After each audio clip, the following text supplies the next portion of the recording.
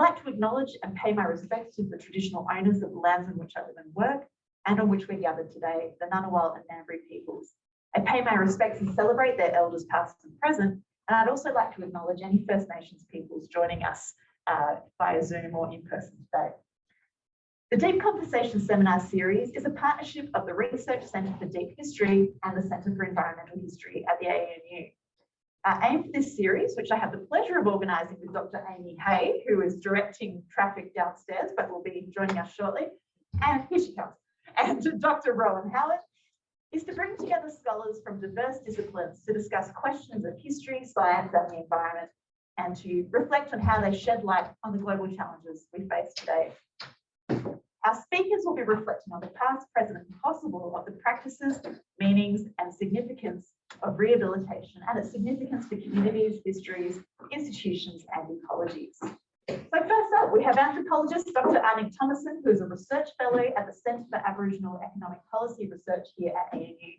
Today, she's going to share with us some of her insights arising from her collaborations with Aboriginal and Torres Strait Islander communities, both on the South Coast, with the Mogo and Batemans Bay local Aboriginal land councils and with the Torres Strait. Then, if this is okay with everyone, we'll go over to Dr Scott McKinnon, who is a Pearl Research Fellow in the Australian Centre for Culture, Environment, Society and Space. They cover everything in the School of Geography and Sustainable Communities at the University of Wollongong. A geographer and a historian, Scott will be reflecting on his research on community-based histories of bushfire in New South Wales. And then we have Dr Nick Hoare, who is a Pacific History Research Fellow at the Department of Pacific Affairs in the College of Asia and the Pacific, also here at the ANU. Nick will be discussing the meanings of rehabilitation in the context of the history of phosphate mining on Makatea in French Polynesia, which was the subject of his PhD thesis. Last but not least, for those of you joining us via Zoom, we will be recording today's seminar. So if you would not like to be recorded, please hide your video view. So yeah, today I'd like to echo root and paying my respect to country and to the world, to the Ngambri and Ngunnawal peoples who are the traditional owner of Canberra, and I'd like to pay my respect to their elders, past and present. I'd like to extend my my gratitude to all First Nations who are joining us today, and also to my colleague Paul Banja, who are not with me today, but this would not be possible without them, obviously. So I'm just I'm just going to touch on briefly on what is actually two projects, which is more or less an extension of the same project that keeps on going with small funding and not enough support for the poor rangers on the coast.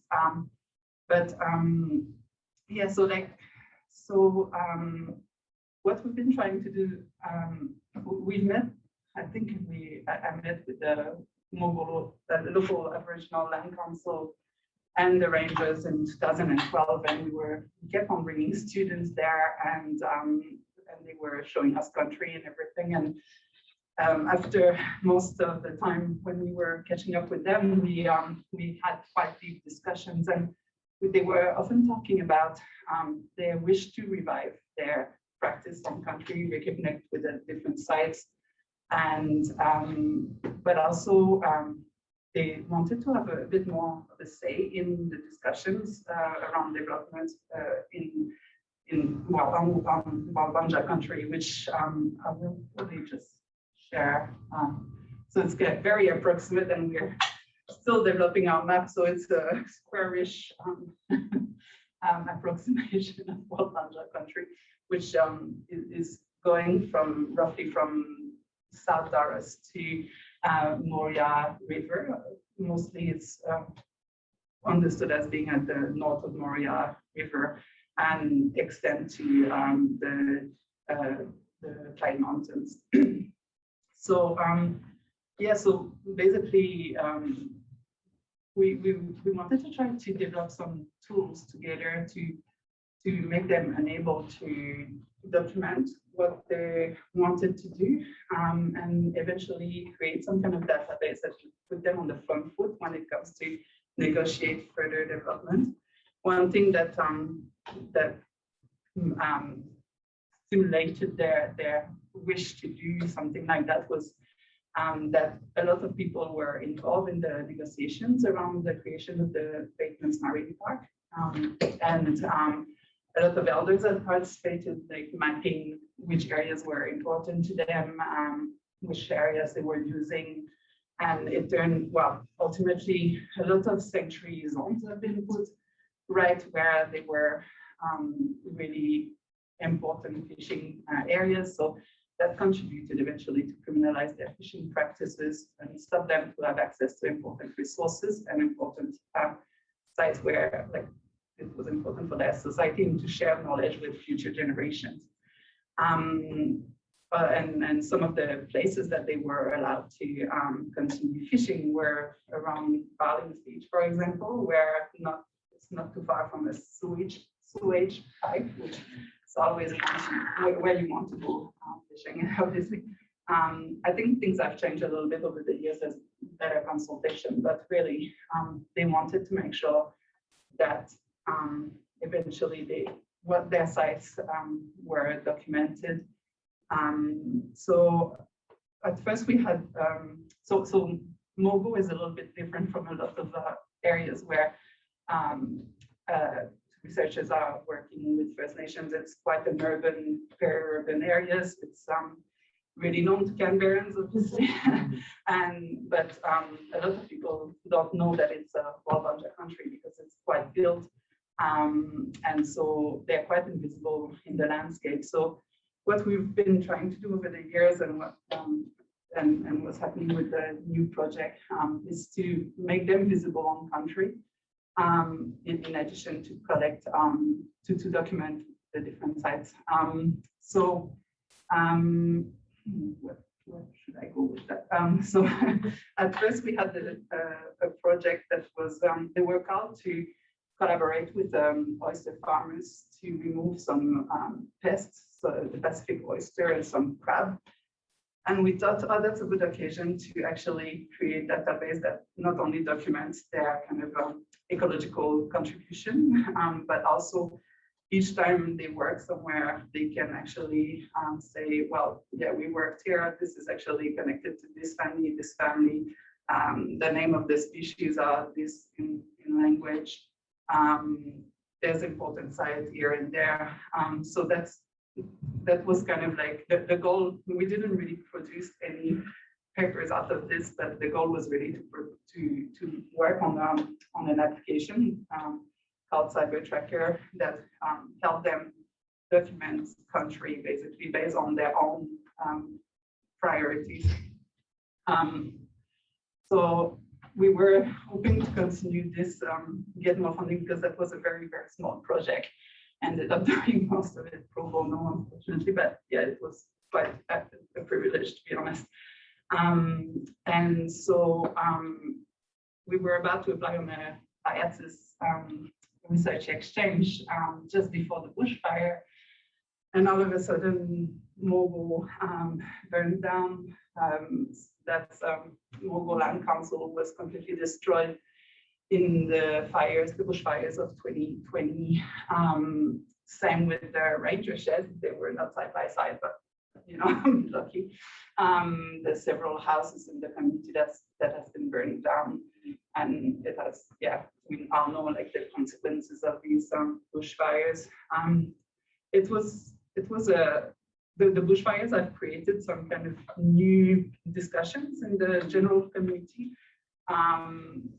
A lot of non-Indigenous people have started to be open to the fact that maybe we should restore First Nations cultural burning and land management. So we thought, well, that could be a good occasion to have a project that would continue to document and map that Walbanja country, but also identify the sites that may be vulnerable to future events, some that have been impacted. And so basically what we've been trying to do more recently is to, well, there's kind of three aspects to it.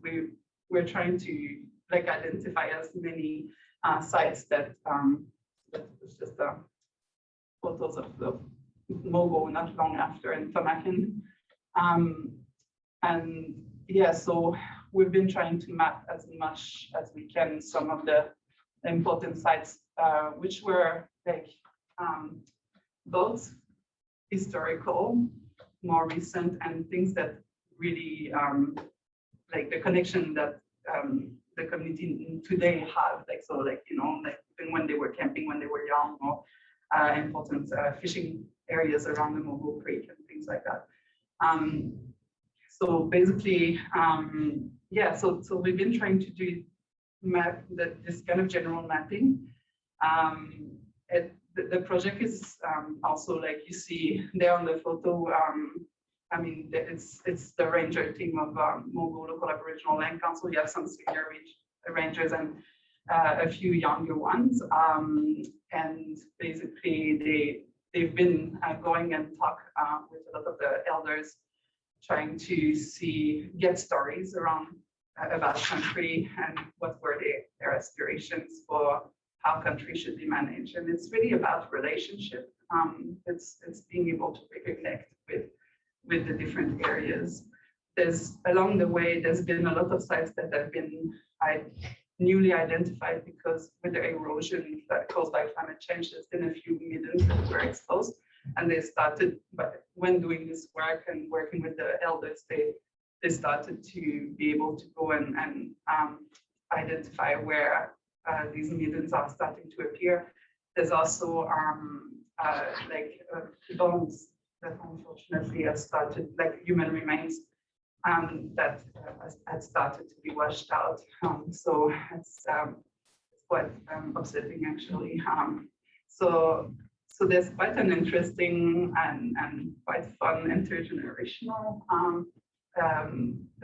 knowledge transfer process that's happening in this project. But one of the key things that we wanted to do, and that was on the back of the reaction of the general population to the bushfire, is that we're trying to develop some multimedia tool, like the ArcGIS story map, to try basically to have this kind of attractive online map which will have stories, identify important sites, to try to get people to understand the relationship that the Walbanja have with country, the importance of the place for them, and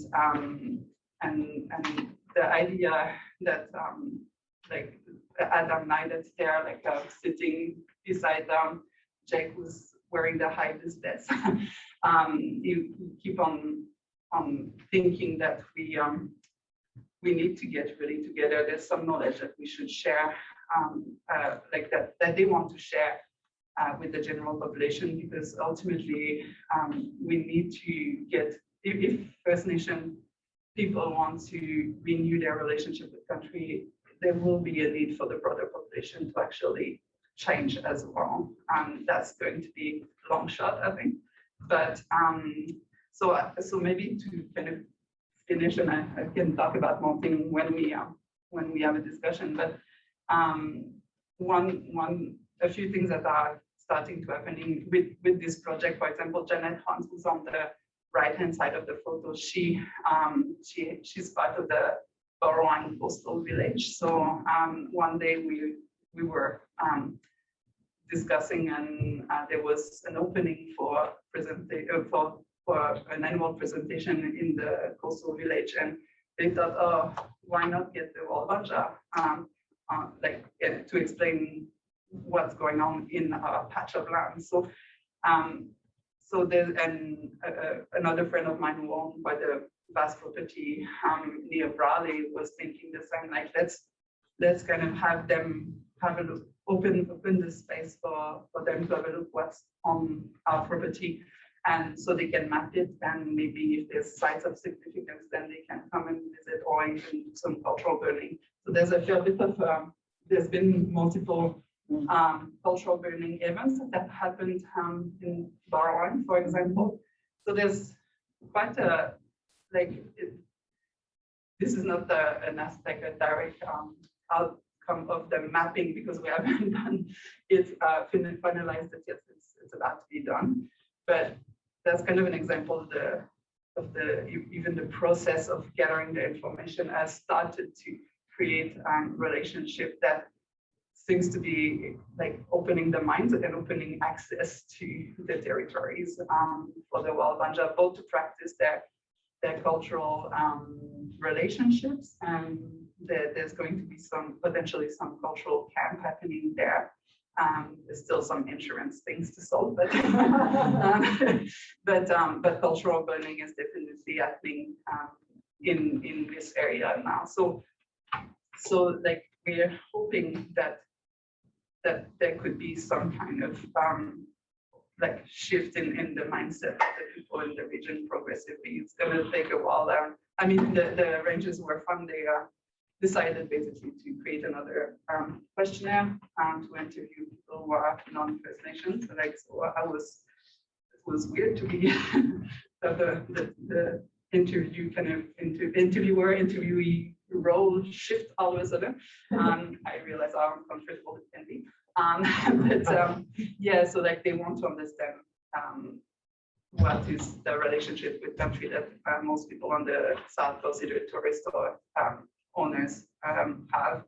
So to see if there's a way to shift the relationship with country. So there's still a lot of challenges. Obviously, there's a lot of things that they're afraid to share too, because as much as it can help protecting country, it also can like identify sites and expose them to vandalism and things like that. So yeah, I might leave it there for now. But that's just some the things we're doing when we're mapping the country. And yeah, that's our team. Yeah. Amazing. Thank you so much for sharing that, Annick. I really appreciate that. Thank you.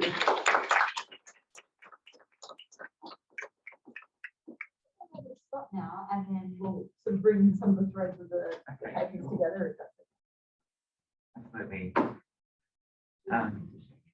Everyone for being here. It's so nice to be doing a presentation in person for first in a long time.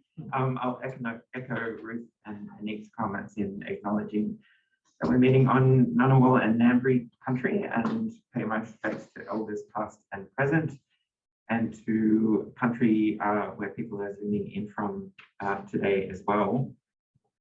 Okay, so the Currawong fire was part of the devastating 2019-2020 season, now known as Black Summer. My glasses are fogging up because of the mask. And that hit southern New South Wales community of Kangaroo Valley on January 4th, 2020. And the fire destroyed around 50 homes in the valley and nearby Bajong. Many more properties lost sheds, equipment and infrastructure, and large areas of bush were destroyed. While no human lives were lost in the valley, the impacts on local wildlife were almost incalculable. So in today's paper, I'm going to explore the recovery of 5 survivors in the valley, and specifically I'm exploring recovery as spatially constituted and as deeply entwined in relationships to the local environment.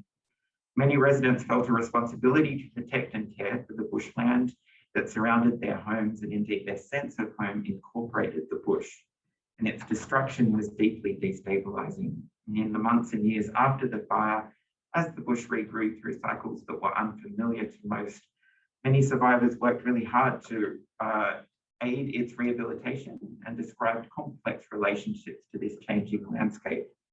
Green shoots and returning animals offered a promise of renewal and survival, while also representing or embodying the uncertain, iterative and disorderly nature of individual disaster recovery. The Kangaroo Valley is located on unceded Wadi country and Indigenous relationships to country endure in the face of ongoing dispossession and the disastrous settler colonialism. And describing the unique impacts of the Black Summer fires on First Nations people, Aboriginal scholars Williamson, Weir and Kavanagh argue, quote, colonial legacies of eradication, dispossession, assimilation and racism continue to impact the lived realities of Aboriginal peoples. Added to this is the widespread exclusion of our peoples from accessing and managing traditional homelands. These factors compound the trauma of these unprecedented fires." End quote. But none of my research participants identified as Indigenous, and so in this paper today, I'm describing relationships to landscapes, to home, and to changing environments of people who are, like myself, uninvited settlers. And the loss of home and environment in these fires sits within a broader and ongoing story of Aboriginal dispossession, environmental change, and grief. So today's paper, Ruth mentioned that I'm working on a project about community histories of the fire. This is actually a different project that I'm talking about today, which is an ongoing interdisciplinary project that I've been working on for about 18 months. These are my collaborators on the project, and it's a mixture of engineers looking at material resilience of homes and properties, and disasters researchers looking at the human impacts of fire. And it's funded by UOW Global Challenges and Shark Island in Kangaroo Valley. And to date, I've interviewed members of 40 households in the valley and nearby Bajong and Wadamala, including 12 households whose homes were destroyed in the disaster. And all of the interviewees lived on properties of varying sizes outside Kangaroo Valley village, and all described the local environment as the most significant factor in their choice to live in the area. Because of COVID restrictions, all of the interviews were conducted via Zoom or phone, and talked about life in the valley before the fire, how they prepared for Currawin, their responses to the fire, and that slow process of recovery. So Kangaroo Valley, like much of southeastern Australia, was already experiencing a transformative disaster before the fires hit. Some long-term valley residents described how the once cool and wet conditions of the area had become increasingly hot and dry over time, and that just got worse in the 2017 to 2020 drought. And one resident told me that her now adult children had grown up wearing gumboots year-round because it was always so wet in the valley. And Frank, and all of the names I'm using here are pseudonyms, he remembered, when we first moved to the valley, it was so wet, mud, rain, etc. We'd been watching this for a couple of years and just going, my God, we haven't seen it this dry. The dams are lower, the bush is drier, the build-up of fuel is more than we've ever seen. So I think Currawin is best understood not as a kind of flash disaster that struck from nowhere, but instead as part of a process of increasing precarity for those who are making home at the wildland-urban interface. Valley residents have lived within an obviously and distressingly struggling landscape over an extended period, and so most entered the 2019 fire season on high alert. Along with recovering from the fire's direct impacts, their recovery process also involved navigating the material, physical, and emotional after effects of months of stressful preparation, living in a space that one resident described as a tinderbox. And current fire began on 26th of November 2019, more than 100 kilometres south of the valley, and it eventually burnt for 74 days across more than 320,000 hectares. So people in the valley were carefully tracing the northerly progress of the fire via the news media and the Fires Near Me app, hoping that it wouldn't reach the valley, but spending weeks preparing their properties in often sweltering conditions. And the majority of people we spoke to for the project evacuated in the days before the fire's impact. Those residents who did stay and defend their properties through the fires described terrifying conditions of heat, wind, and noise. That photo was actually one of my research collaborators, Paul Cooper, who lives in the valley, stayed and defended his property. So this is him getting ready just as the fire is approaching. Among the topics that many of the survivors found most difficult to discuss was the return home after the fire. And through tears, Steve told me, as we got closer to the property, everything was black, and that was like being on a different planet. It didn't look like the same landscape. It was very strange, but the fact that the house survived was this weird thing of just being ecstatic, but really sad at the same time. There wasn't one bit of green on the whole property. No green leaves, no grass, nothing, every single leaf. Most of the trees, the vast majority of trees, had no leaves. They were all just totally black, nothing on the ground, no sticks, no nothing, just ash all the way up to the house. So I think Steve is making a couple of things clear in this memory. And the first is that really distressing and destabilizing personal impact of witnessing the environmental devastation that was caused by the fire. And the pain that was in his voice indicated just how much it hurt to see this beautiful place so badly injured. And once home, the area had become unfamiliar to him and it was almost unrecognizable. And another participant told us that he drove past his property's driveway on the return home because he just didn't recognize it as his own. And second are these complex emotions around finding a house that was still intact among this ashen landscape. Steve had built the house himself over nearly 12 years and it was nearing completion just as the fires struck. So there's a sense of satisfaction for him in knowing that he constructed a dwelling that could withstand a fire like this. There was enormous relief that his years of physical labor, along with financial and emotional investment, hadn't gone to waste. But there was ambivalence and uncertainty. Could he celebrate this survival when so much had been lost? Other interviewees shared similar stories. Mary, whose property happily wasn't directly impacted in the end, she remembered it takes 20 to 30 years to re-establish the bush and the garden and all that. And by far, we would have been most devastated about the loss of our bush because you can't replace that. This is, of course, not to minimize the very real and devastating loss of a dwelling and its contents. And Kathy learned that her house had been destroyed when a friend managed to make it to their property just after the fires.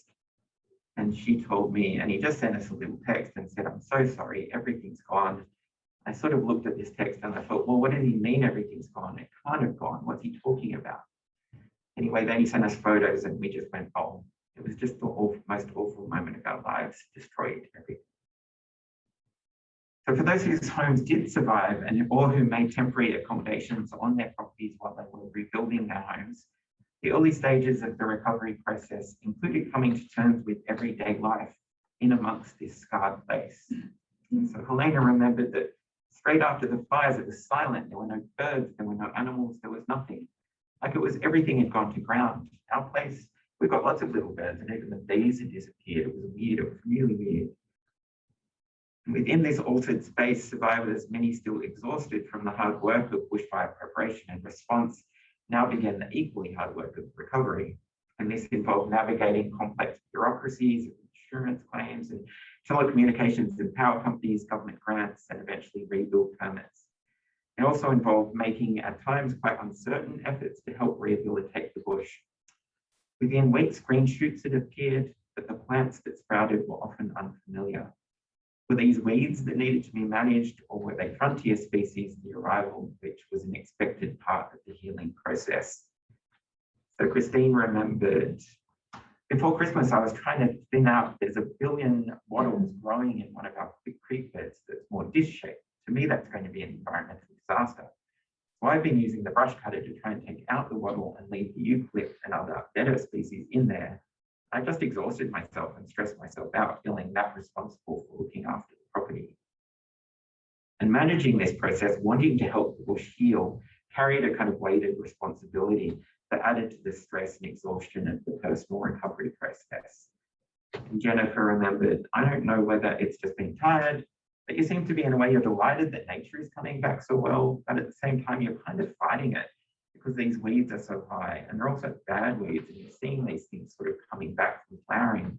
And you're thinking, oh no, I've got to go out and pull that out quickly before it takes over again. So to Jennifer, the damaged bush was the cause of exhausting, dispiriting work, but the bush's rehabilitation was a key source of hope and joy. Some interviewees noted that landing plant species are designed to burn, that fire is a nourishing and a vital part of the life cycle of large areas of the Australian bush. So these plants bursting into life that had lain dormant for decades, just waiting for fire to ignite them, provided a source of wonder, but also of concern. And so that concern was exacerbated by fears that Currawin was a new kind of fire. It had burnt with such extraordinary intensity, could the bush cope? Areas of local rainforest, which had not been touched by previous fires, were wiped out by Currawin. So on a heating planet, had everything changed? Several participants described their work to help with bush rehabilitation as including efforts to mitigate future fire risk. So Frank told me, and so for us, probably what's key to highlight is there's been some fantastic rain and regrowth, that when you are managing 40 acres, You don't want to then make the mistake of just letting everything regrow again. And I'm not talking about trees, I'm just talking about undergrowth, wattles. Some in the valley feared that other locals were taking this idea of land management and fire mitigation too far, particularly by ripping down trees that had come to be seen as a threat. According to Jeff, I've heard horror stories from up in the western part of Kangaroo Valley, people clearing these beautiful old eucalypts, 300-year-old eucalypts, just bulldozing them and turning Kangaroo Valley into Sydney. That person, I think, maybe it's time you go back to Sydney and live where there's no bush, because I think you need to understand there's going to be an element of risk in these landscapes. And I don't think the answer is just bulldozing and creating football fields around your house. Our interview suggests, though, I think, that many residents saw the rehabilitation of the bush as essential to re-establishing their own sense of home and belonging in this space. The drought had broken just days after the fire, sadly with a rainstorm that was so fierce that it caused landslides, where trees just the day before would have held the earth in place. 2 years of ample, sometimes destructive rain and cooler temperatures have since seen a blackened landscape return to green. I asked Susan whether this return had paralleled her own feelings of recovery. And Susan had lost her home in the fire. She was still living in a caravan on the property more than a year later, watching her house being rebuilt. And she said, I see the bush as being much stronger than me in its recovery, funnily enough. I think the earth is much stronger than us. It can recover quite quickly. I guess us humans are too fragile. Actually, no, I can't see a connection between it. A funny thing that really made me feel as if I was recovering was we have lyrebirds here. We used to have lyrebirds. Since the fire, there's been none. And I kept saying to my daughter, as soon as I see the first lyrebirds, I'll be really happy. And the other day we were sitting outside and I looked up and the lyrebirds ran across the paddock and it brought such a sense of joy. So of course the bush is helping me recover, but not as quickly as the bush has. The bush has regenerated itself. It's amazing. It's been incredible to watch black ash and black sticks all over the place. And now the place is just lush and green, beautiful. Helena similarly found in the bush a space for joy and rehabilitation. She stated, you know, I read something that said that trees make you feel calmer. Well, I always feel happy and I smile when I go down into what we call the rainforest that we planted. And they're now really, really tall and it's dark down in there and it's just lush and beautiful. And just standing there can be enough. And yet the experience of the drought, fires and flooding rains, not to mention a global pandemic, along with the knowledge of how such disasters are intensified and exacerbated by climate change, had added an underlying sense of uncertainty or precarity to the calming benefits of these spaces. Asked whether the fire had changed his relationship to the area, Jeff told me, not like I still want to be there as much, but it makes me feel like some of the bush is a bit more temporary. It's not a permanent feature, lush green bush, dense undergrowth. That will one day go, and it's just a matter of time. I wonder what it'll look like after that.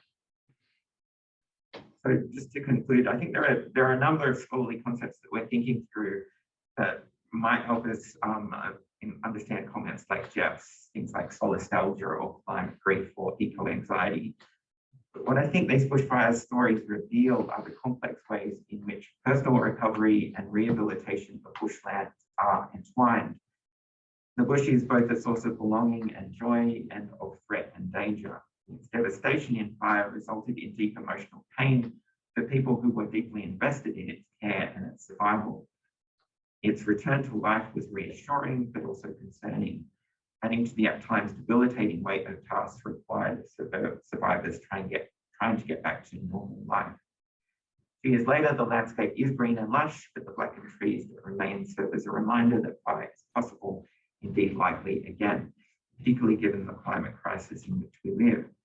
So survivors are recovering from distressing, often traumatic experience within an environment that's incredibly beautiful. Certainly it's such a beautiful place, but which to many now feels more precarious than it once did. And this adds significant challenges as survivors are attempting to re-establish sure footing on ground that they worry isn't going to hold. Yeah. Thank you, Scott. So yeah, thanks Ruth, thanks Rowan, thanks Amy, thanks to my other speakers. It's cool to be invited here as well to speak about the Pacific, I guess.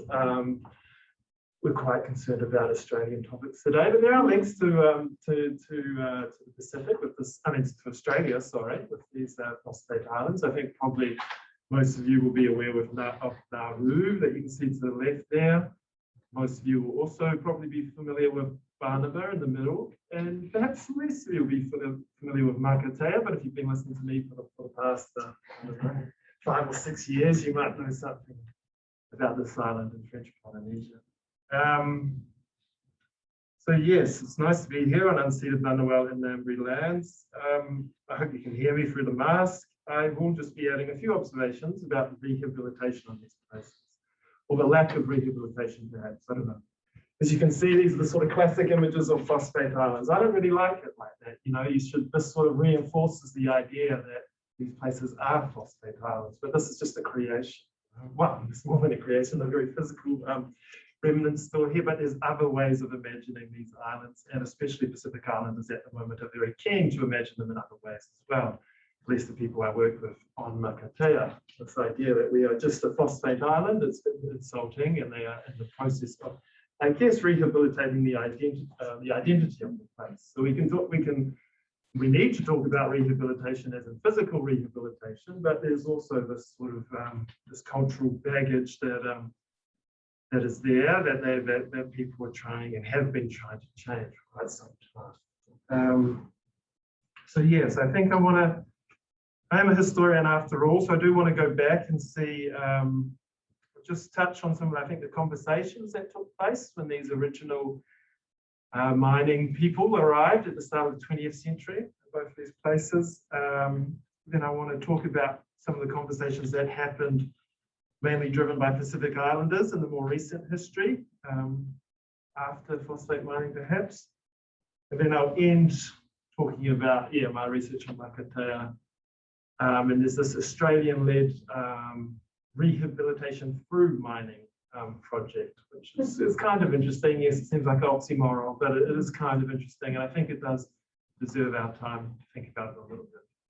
I was just thinking and listening to Annick and Scott how to relate this to fire, and I have come across some things recently, as in all 3 islands being, I'll show another map soon, they are in very different regions of the Pacific. Well, Barnaba and Nauru are kind of neighbours, but Makatea is far to the east, but they share this one tree called the tamanu tree, used for all sorts of medicinal purposes. The oil is important, but all the phosphate companies in all 3 islands were very keen to, the phosphate companies were very keen to burn this tree, burn the tree off, the shrub off to allow mining to happen. And so this tree is slowly then coming back. That's sort of there's a lot of symbols you can see about rehabilitation on these islands, and that's one of them. I don't know, maybe we need an interesting thing I think with that is that, often Makatea, probably the island we know the least about, is actually the largest of all these islands. Nauru, 21 square kilometers long, but has a population of about 10,000 people. Makatea, slightly larger, it's got a population of just under 100. So they're all quite different there. Barnaba, we probably know that the majority of the population are on the Fijian island called Rambi, which is the population was relocated there after the Second World War. Nauru, lots of great work about Nauru, so we don't have to go over that too much. A lot of it's important. A lot of it's done by legal scholars. They were also involved in this commission of inquiry that took place in 1987 about the rehabilitation of Nauru. So it's a lot of evidence there, which is really good. I'm thinking of the Monash legal scholar Christopher Weramantry, his research assistant Anthony Angie. There's the ANU's Deborah Cass was involved in that big commission of inquiry as well. And then this department here at ANU more recently, we've got Colin Milner, who's been working on Nauru for a long time as well, and he's got a collection of documents about independence on Nauru that should be appearing soon. Barnaba, so I mentioned Barnaba a few times, and of course that's my colleague, my colleague at the College of Asia and Pacific, Professor Catherine Natsiewa. You might know Barnaba because of her great book, Consuming Ocean Island, 2014-2015. And she's got this traveling art exhibition. I don't know if you've seen it yet, called Project Barnaba. That's really cool. It's in New Zealand at the moment, I think. It started off in Sydney. It's been multiple places in New Zealand. So that's worth a look if you can find it. Yeah, Makatea, I don't know if I've said it yet. I've gone off my notes completely. It's part of French Polynesia. Let's remind everyone, is on this UN list of non-decolonized territories, non-self-governing territories. It's been there for about 9 years now. I was there in 2018. I won't pretend I've got a great connection to the island. I was in Tahiti, living in Tahiti in 2018, and I managed to go to Makatea a few times. Difficult place to get to. Most islands, it's in the Tuamotu archipelago, most islands have airstrips. Makatea doesn't. It's an overnight cargo boat from Tahiti.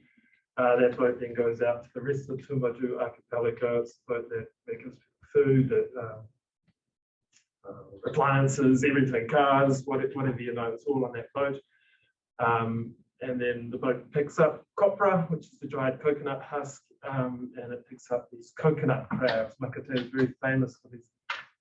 I don't have a photo, I can't show you, but quite massive coconut crabs that are, if you're not vegetarian, are quite nice to eat. So yes, in addition to these three, these are what we call the Pacific's Great Phosphate Islands. I'm using that term. I'm not sure if everyone uses that term, but in the Encyclopedia of Islands, under Phosphate Island are these three great phosphate islands. Makatea is included, which I think is quite cool because usually people just focus on Nauru. But we could also add, you can't really see that, but that's Angkor, which is in the southern part of Palau, over in Micronesia. It's got a very interesting history because it was a site of battles in World War II as well. And you might all know Christmas Island in the Indian Ocean, mined by similar people. And of course, I haven't said it yet, but Nauru and Christmas Island there have that more recent history of being sites for asylum seekers, I suppose, that are being processed offshore. That's a quick overview. I haven't been watching the time. This is another map with dots, lots of dots. The red dots are these phosphate islands, high islands, where the other ones are sort of low, what some people call low phosphate islands, but I would call guano islands. There's great work about Gregory Cushman in particular about the opening of the Pacific through these phosphate islands in the 19th century. I always try to make a demarcation there. The 20th century is when it's the phosphate age, and it's a different type of thing. Mining is a lot more intense. The mining companies stay. They make these huge marks on the earth. So I think that's important to say. But yeah, they've all got different mining histories, but they've also all got all different post-mining histories. And the post-mining histories are what I'm interested in at the moment. Especially the possibilities for rehabilitation, which is slightly different at each place. Rehabilitation is the word we're using today. Over time, they've been said things like restoring, resoiling, replanting, regenerating, revegetating. A lot of them all are based on a narrow technocratic solution to a wider problem. This wider problem of the name Phosphate Islands still sticking, not being able to shed this label. There's various schools of thought about how to rehabilitate these places. Some want, rehabilitated as soon as possible. But there are others that I talked to on Makatea in particular. They do want to keep some of this there as a reminder. This is the more ecologically minded people on the island. They want to keep it there as a reminder of past follies or something like that. A lesson for the young people today that we shouldn't do this again.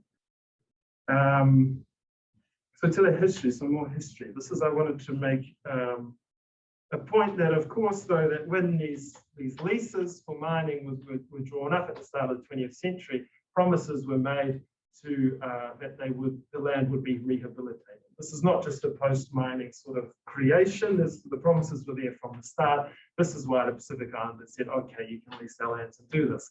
Other things were said, like we would only mine down to 3 feet deep, but they've gone a lot deeper than that. So a lot of promises were not kept.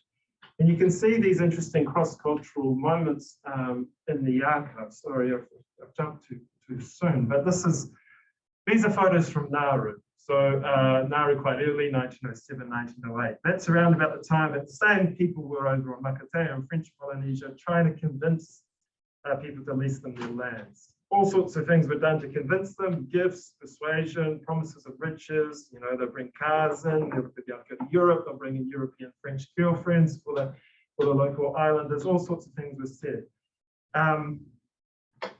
But the interesting thing is, eventually, I think after a number of weeks of negotiation, they show these photos from Nauru. The reaction on Makatea to see these photos is that's the following. I'll just read it out. Great was their amazement on hearing all that was being done, and they acknowledged that it was greater work than they could understand. They said that they were in a state of confusion in their minds at the work of the rock breakers, the dryers, and the cableways, and the whole thing. They were really tumbled up and down in their brains. So this is the first time they were just hearing words, I suppose, about what phosphate mining would be like. Here they've seen images. I go on to write in my thesis, this comes from a chapter in my thesis, that while this man's interpretation of their reaction to the images places emphasis on the amazement shown in reaction to the scale of the industry, he does not appear to have countenanced that their amazement may have been more akin to shock than wonder, at least not in this official company record. Here, for the first time, was evidence that their island was going to be dramatically transformed. Was the tumbling that was supposedly going on in their mind, was that more of a sign of unease as it finally hit home to what they were agreeing to? By that point, they had already told this person, George Ellis, that he was fiti, he was family, and he could have access to all the lands. These photos come up after that conversation happens. So the jumbling in the mind happens, they're not sure, but then to assure the local people that everything will be fine, they say that, look, when we started mining on Barnaba, we're already planting coconut trees in the places we've mined. So, you know, the rehabilitation's already happening. But if we know the history of Nauru and Barnaba, as you can see in those satellite images, rehabilitation hasn't really happened in these places. It's been tried, you know, especially in these Australian places. So one of the big questions I want to ask is, why has rehabilitation been tried in Nauru mainly, not Barnaba a lot less, but not in Makatea and French Polynesia. And these are political questions, and it comes down to the nature of mining as well. But nonetheless, CSIRO did a study famously in 1954. They said it was impossible to rehabilitate Nauru because of the soil. If they imported soil, it wouldn't be able to stay, it would wash off. It's quite interesting because that's why people were skeptical of rehabilitation attempts in Makatea as well. The erosion of the soil. 1966, Nauru is leading up to independence. They have it in 1968. They say, you know, I don't know if you know this, but they were going to be relocated to Australia. They come to Australia, some Queenslanders were racist to them, so they say, no, stuff this, we're going to stay on Nauru. At that point, they decide to change to rehabilitation. That's their goal, rather than relocation. So they say, we need another inquiry. This happens in 1966. And again, this inquiry led by Australians say it's unrealistic, it's too expensive, it can't be done. Nonetheless, they're not put off. And by 1987, this famous commission of inquiry that leads to the case at the International Court of Justice. And they're saying, look, we've got to set aside these earlier reports, they were prejudiced, technology has moved on. So technology has moved on. This is where my research, I haven't quite done enough research yet, but I have seen that there are a bunch of people putting their hands up here in the 80s, 1987, to lead these projects to rehabilitate Nauru. We've got a New Zealand company, we've got a Japanese consortium, and we've even got, pardon my ignorance, I don't know this person, but I imagine you all know him, is the 1979 Australian of the Year, Harry Butler, Australian environmentalist. He had a TV show apparently. So yeah, so he was putting his hands up to lead a rehabilitation project as well. This was quite interesting, I think, from the little that I've seen, is it was all about the need to maintain culture as well. He was one of the few people who made it had a wider focus, a wider scope. yes, I don't know. I don't think we do need to go into the International Court of Justice case that was settled out of court. The Australians paid quite a lot, a lot of money. Not just the Australians, UK and New Zealand paid Nauru some stuff as well, money as well. It was a substantial sum, but regardless, it wasn't enough to rehabilitate the island. Similar things went on in Banaba, where they took the United Kingdom to the High Court as well. There, the damages they received were much less. None of this has happened on Makatea. Makatea looks like this. This isn't my photo. This was a visiting, thanks James, a visiting journalist who came, I think, last year. This is my friend Asha Teki Gontine. He's from the Marquises actually, but he's married somebody who lives in Nauru, and he's one of the best sort of hunters of the coconut crab in the island. So they do this. They walk. They go across these. Oh, it's just I couldn't do it. I was too scared. There's huge holes. If you fall down it, you die. They do this in they're not jandals. Thongs. They really so it's impressive. I'm going to jump to so this is the case. Makatea was known as the Forgotten Island within French Polynesia. Also the Forgotten Island out of these Phosphate Islands. But this all changed in 2010 when an Australian mining engineer stumbles across Makatea, and he wants to do this secondary mining. There is phosphate left in these things. Now technology's improved. He's identified 5 million tons of it. The phosphate price has gone up. It's gone up even more because of the war in Russia. This is low cadmium phosphate as well, so it's worth a lot. So suddenly it becomes economically viable. People are talking to him. At first, it was just going to be a crude sort of mine, sell it to China. That's all. But now, because of the processes in place in French Polynesia, he's been there since 2010. He's still trying to get the green light, I guess, to mine. And his proposal has evolved a lot. And it is becoming the so-called sustainable idea, and it is called rehabilitation through mining. So this is a way to flatten this pinnacled lunarscape. One last little spanner in his works, however, is the creation of a rock climbing industry. So Makatea, these are these other images that I want to show about Makatea that you can see. It's a high island, This is why it was always famous. Some other sort of imagery that's attached to it is Noah's Ark. It's the only high island in a sea of low-lying atolls that with climate change are going to be under pressure. So here is a high island where species, birds, etc. in the past have survived on this island, but not on other places. So it's this idea, so if they can launch this ecotourism business, and by all accounts it is going really well.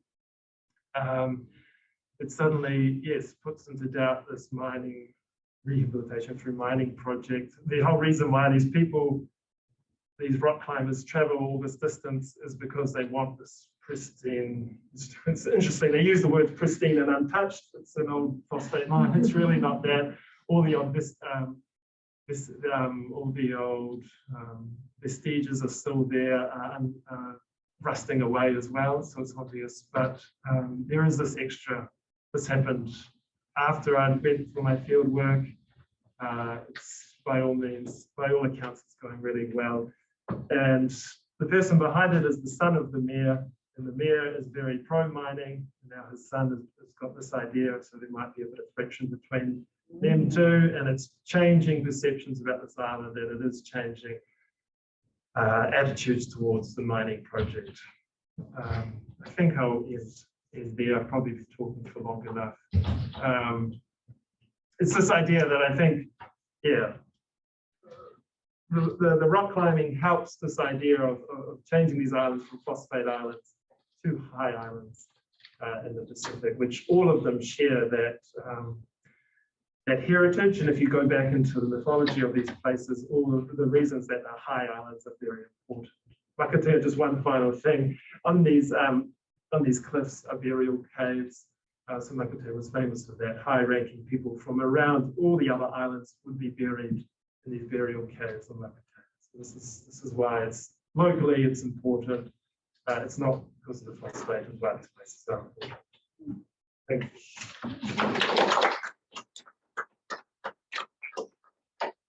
Thank you for those really rich papers and reflections on your ongoing research. We really appreciate that. Let's open up to questions from our in-person and online crowd. Does anyone want to kick us off?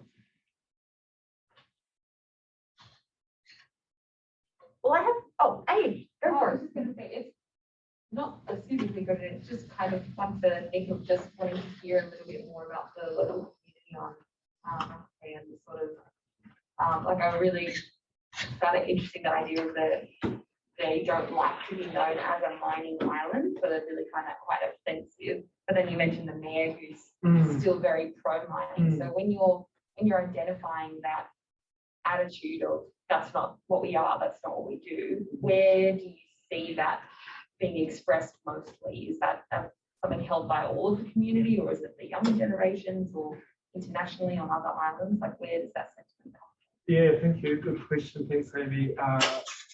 Say the island's split in half between people who are pro-mining and anti-mining. It's really, they're all cousins, they're all related. So it's actually kind of really sad that this mining project has split the community in such a way. They all live in a very small main town. Waitipawa and Makatea is quite small, so that people won't talk to each other sometimes because of the fault lines that have been drawn. But there's a lot of people. The mayor's gonna.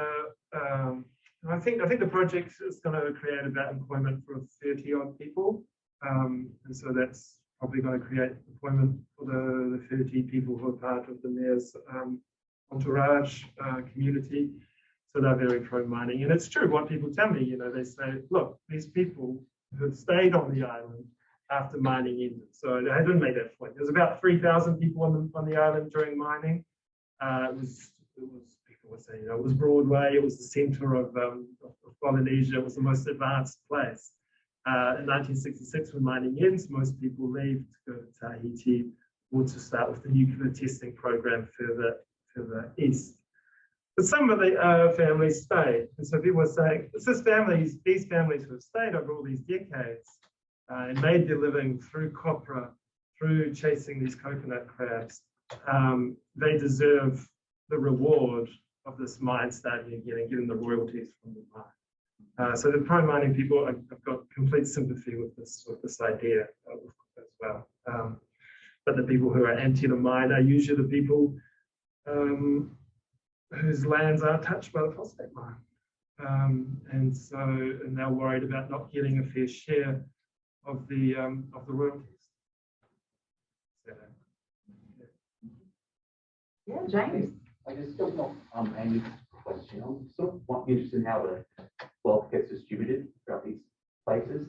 Because I know in my own research, looking at the James Hardy asbestos mine in Bar-Eagle in northern New South Wales, that was actually, for the local Indigenous population, that was actually sort of a real positive in many ways. Even though so many of the men in that town got asbestosis, they were actually sort of last people sort of really wanting to mine there, because if you drive there up now, sort of it's in the middle of the neighborhood, but they've all got these sort of huge, almost like big mansion houses, because the wealth that the mine brought. It sort of was like, they stand out from every other neighboring town in the same way. Just sort of wondering also how the sort of wealth gets or was distributed. Yeah, really, really complicated, but usually in Makatea's case, it was the royalty rate, which was decided upon in 1907, never got inflated for, it never changed throughout the whole year. So there was sort of a 1 franc per tonne royalty, which is all there was right until the end, until the 1960s. But we all know about the Nauru being like the richest nation in the Pacific. It is a different story.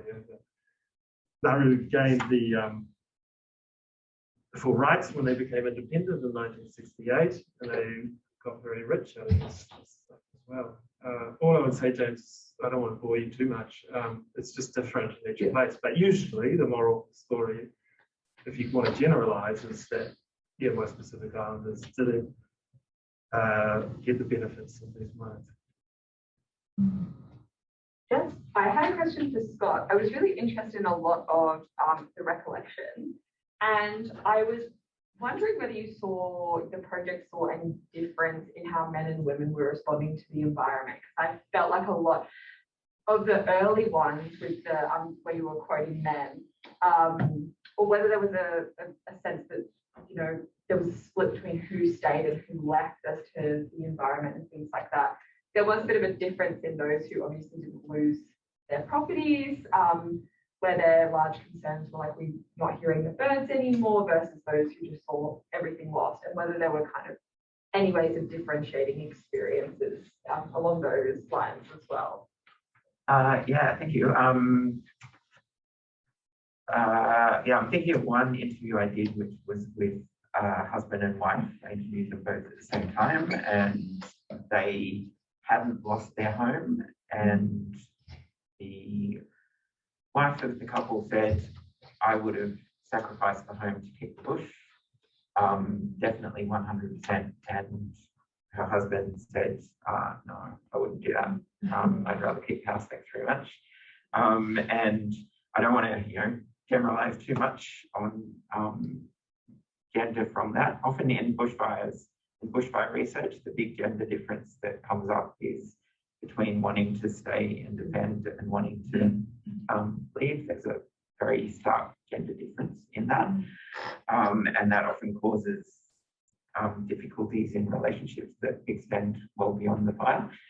But it's an interesting question in terms of relationships to the environment, and not one that's really stood out quite so starkly as that difference between staying and going. Yeah, but I can only think of that one couple who were just, you know, and the husband said, I've put too much work into building this place, I wouldn't give it up. I'm not doing that again. And his wife was very committed to the idea that, like, her greatest sense of life was that the bush was just gone from around them. They were living in a completely different place. Yeah, it's a great question, and one we're thinking about more as I go on. Yeah. One in the chat. Okay, let's go to the It's chat. all three people, so it's a really interesting question. Excellent. So it says, I'm curious about the concept of restoration, as it suggests a bounce back. However, out of COVID, the phrase bounce forward seems to be bouncing around. For each talker, does the restoration or repair in your research seem to be addressing an issue to try to go back to a kind of status quo, or is it something more? Is it a regeneration of sorts? I think, well, with my collaborators, I don't think there's any way, like, it's like the concept of decolonization. We can't actually really decolonize. Like, colonization has happened and we are dealing with the outcome of it. So I think that's why the focus on rehabilitating and habilitating relationship becomes the center point. So, and I think, yeah, that you can only, like, basically hope to build something for the future rather than looking back at rehabilitating something that would be so hard to. It's not like mining, obviously, but it's not just the fires. Just can't remove, like, Mogo or Bateman's Bay or like Nauru Bay. So, yeah. Yeah, it is a great question. And I think for mine, it's the question of, if the bush goes back to exactly how it was just before the fire, does that mean if there's another fire, it's going to be just as bad? So how do you get back the bush that you loved and loved in a way that won't be as risky next time? And there are, the quote I used of the person saying, you know, move back to Sydney if that's your attitude. It kind of symbolizes some of the tensions that I think that are coming up in communities around how do you return to what it was? Is that possible? Or do we need to be taking kind of more severe steps to limit the risk into the future? Yeah, yeah. Yeah, brilliant question. And does seem to be the big question in restoration ecology as well, right? And I think Lil Pierce talks about this a lot with the work in Broken Hill. And all I can, I want to add that, and somebody, it was Colin Milner actually, when I told him I was doing this paper, he said, you do know that the Nauruans never lived up on what they call topside, where they did the mining. So that's this big debate about, how were these landscapes, environments actually used in the first place? And there is very little, well, no, we are finding more and more information about this, and there was horticulture happening up there, but people didn't tend to live up there, as you said, the thing. But yeah, really great question. And one of the reasons why the mayor of Makatea wants it all rehabilitated is he wants to create a truffle farm. So yes, I think they are looking forward and looking to change. Yeah, lots of ideas. Can I add a little something on this? Like, and this idea is all like for, I know that with the people I'm working with, like the idea to get back to how it was really not okay. Because there was this kind of like ongoing neglect. They've been like just before the bushfire, I remember for years we were thinking about how to create a baseline sequence in CyberTracker to document their plan to revive cultural learning. And they were going through all these loops and like stressed by the RFS and all these things. But they were pretty ready in winter 2009, and that didn't work because it was already too dry. And there was this kind of like angst of like cleaning the bush and doing like performing their responsibilities. So like obviously, like again, we can't go back to what it was prior to colonization or the built environment, but there's definitely a wish not to go back to what it was. Somehow it cleaned the bush way too much, and there's a lot of trauma attached to this. But yeah, it's quite an interesting like there's different perspective of what the bush, a healthy bush looks like. Like a scrubby dense bush is not like a healthy bush for a lot of the people I work with. Yeah, that's a great point. And it was interesting how often talking to non-Indigenous people, the idea of cultural learning as some kind of solution came up.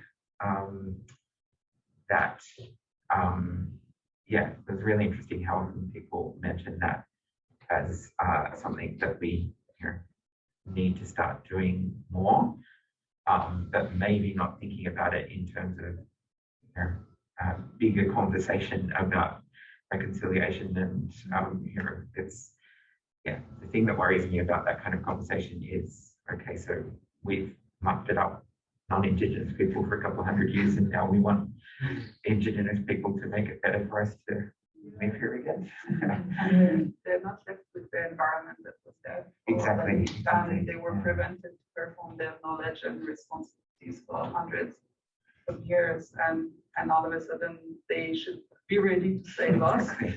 Already find the knowledge from I don't know where, and they were not giving the space to actually try and relearn. So it's quite complex, and it's quite risky as well. Like the burden put on their shoulder, and if they fail, again, they will be blamed for it. So it's kind of like It's very janky, and Ben Russell has written about that tension that is going on at the moment. It's because I was going to ask that question as well, that understanding of what is the bush and where does that come from, and that lack of understanding that it was a very different set of circumstances prior to settlement, and how that is being negotiated in your situation and yours too, Annick. And I know I'm very familiar with Burrowing and the cultural burns going on down there and the other things, but and it's only just gone on more recently, but it is kind of this way forward of trying to consider how our relationships to place and connection to country for non-Indigenous people and Indigenous people as well. But the work that I've felt helped with a non-Indigenous perspective in that for me was the work by Matthew Poland, Landscapes of the Heart. I don't know if you've read that work, so that might be a useful reference. Great, thank you. Yes, I'm looking at ways to think through a lot of this stuff. So that's great. Thank you. Yeah, and like you say, that question of when people talk about the bush, what are they talking about? And there's a kind of often a merging of people's gardens and paddocks and national parks, and all of these things are kind of just next to each other and merge into how people think about what is their home and how they make home. And so thinking about home as a kind of everyday practice that happens within these spaces, and that the walls of the house don't confine home, but it expands beyond that. Yeah, and how the bush might become part of that. And some people in the Barrett Valley have very detailed knowledge of the local environment, and some people absolutely don't. They look like out on a very beautiful place and engage with it as a very beautiful place. And so, yeah, their connection to it now, watching it regrow, they're trying to understand, is this what's meant to happen? Is this what it's meant to look like? Or should I be doing something else to help it? Because this is home and it's my responsibility to do something about it. So yeah, I just think, yeah, I'm trying to think through how that affects when we are trying to support people to recover after a fire. How do we include those ideas as well? Yeah. I think my colleagues, what they would like people to understand is that actually the bush is not a bush. It's like everything is country. We're country. The animals are country. So we're all in a relationship, and that's really broken. Like the environment around us is helping us survive. It's been kind to us, and the animals, they're giving their life for us to eat or like to enjoy, or but we're not performing outside of the relationship very well. And so like there's such a different kind of it's just a completely other ontology that they are living within, and that's kind of like, I think it's where often this discussion about readapting or readopting First Nation practices, or like in relation to the land, like it's still really it's still kind of extractive. It's still kind of I can't find the right word, but it's transactional rather than actually really addressing the real aspect. Well, one of the key aspects of First Nation knowledge is not all the knowledge necessarily that they have about the environment, but it's how to relate. And I think that's the thing that's watered down. Like I remember not long after the fire, they were talking about perhaps teaching cultural learning at TAFE. Like, and I mean, it's not just about learning the technique. If you learn the technique, but you don't learn the relationship and responsibilities, then it's still the same. Like just another, yeah, I don't know. So it's really frustrating. But there's something in what you were saying, Scott, earlier, with people, like some people feeling that we're healing with the bush, and there's a sense there that people like First Nations and non-First Nations have this like maybe kind of unconscious understanding that we are in there together and we're part of the whole. Because that's the fact that the bush was and country was so hard was like such a source of trauma for my colleague. I mean, for everyone, I'm pretty sure. Like it's when every time I go, like the fact that the client is still not really recovered, it even breaks my heart. So like but yeah, like they might, like that's where like in the emotion and the experience of this, maybe there's ways to connect in some ways. Because actually there's some kind of visceral kind of experience of the fact that actually we are part of the country and we need it to be okay, for us to be okay, I suppose. Yeah. Yeah, and one of the people I spoke to said, I think I understand better now. She wasn't making any claims to having the full understanding of an Indigenous person. She said, I think I understand better now what Indigenous people are talking about when they talk about that relationship as a result of that. So yeah, maybe there are kind of better conversations we have there. So that it needed that. Yes, it really is. Yes, it really is. Yeah.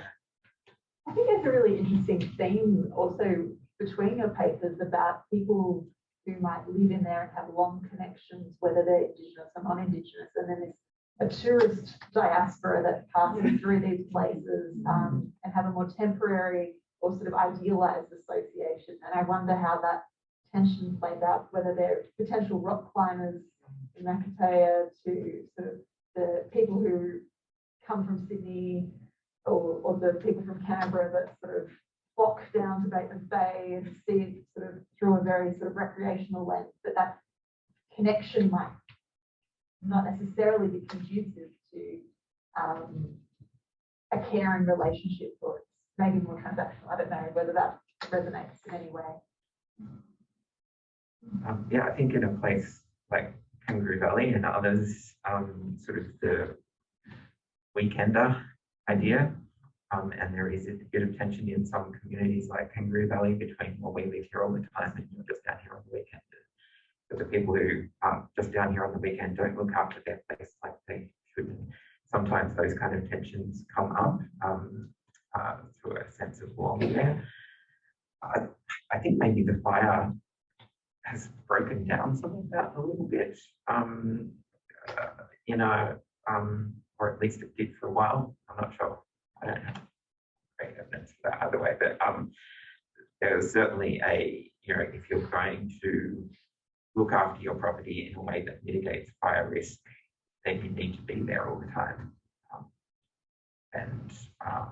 There's a whole kind of who's involved in the RFS and as a local community member, who isn't, and who's putting in the work and who isn't. So I think there are some kind of tensions there. And then through the fires, I guess there was that some people with holiday properties were still renting out their holiday property when the fire was on its way, and why are you attracting people to the area when there's a fire literally days away? Yeah, so there was some tensions there as well. I think like a bit like what you were saying, Nick, to the tourists basically they appreciate the place for different reasons. They have a deep appreciation and love for it, but for it's aesthetical what it allows them to do. And often I'm thinking, well, for those who are pro-mining, that might be like a conflict in terms of creating other source of income for the island. But like I'm thinking the tourist industry on the south coast, like they really, I mean, there's something with the fishing, like the beach falling, the First Nations are mostly fishing from the beach.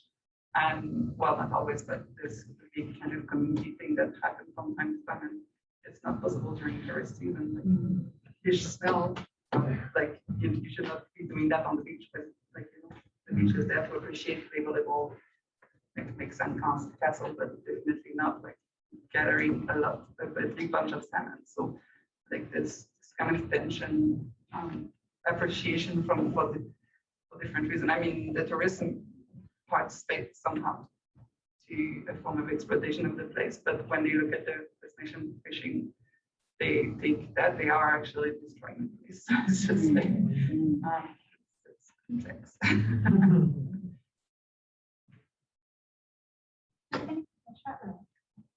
Okay, all right. I've got one goal. Is there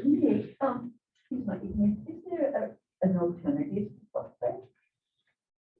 Is it used? Globally, isn't it? There are other fertilizers that we use that aren't Yeah. phosphate. Oh, yeah. But the nitrogen fertilizers, there's the big one that this is why, phosphate started becoming less popular in the mid to late 20th century. But the thing is, the effects of nitrogen fertilizer are probably worse on the landscapes that receive this fertilizer. So this is the other complex thing, that Makatea phosphate is marketed as sustainable organic phosphate, and it's probably going to go to hippies in San Francisco, sort of thing. But yeah, that phosphate rock is not around. Well, yeah, it's the main source of phosphorus, isn't this non-renewable phosphate rock? Yeah. The very interesting tension. Yeah. Sustainable for her. Yes. Yes. And where? Yeah. Well, thank you for that great question and for a really interesting panel. I think there's some very fascinating connections between your papers, very disparate case studies, but I think some really interesting and generative things for us to continue to explore. So thank you to everyone for joining us for our Deep Conversation seminar. We'll be resuming again, I suppose that's poor expression, in second semester, and please stay tuned by various newsletters and social media. But I'd like to thank again Annick, Scott and Nick for their presentations today and for the conversation.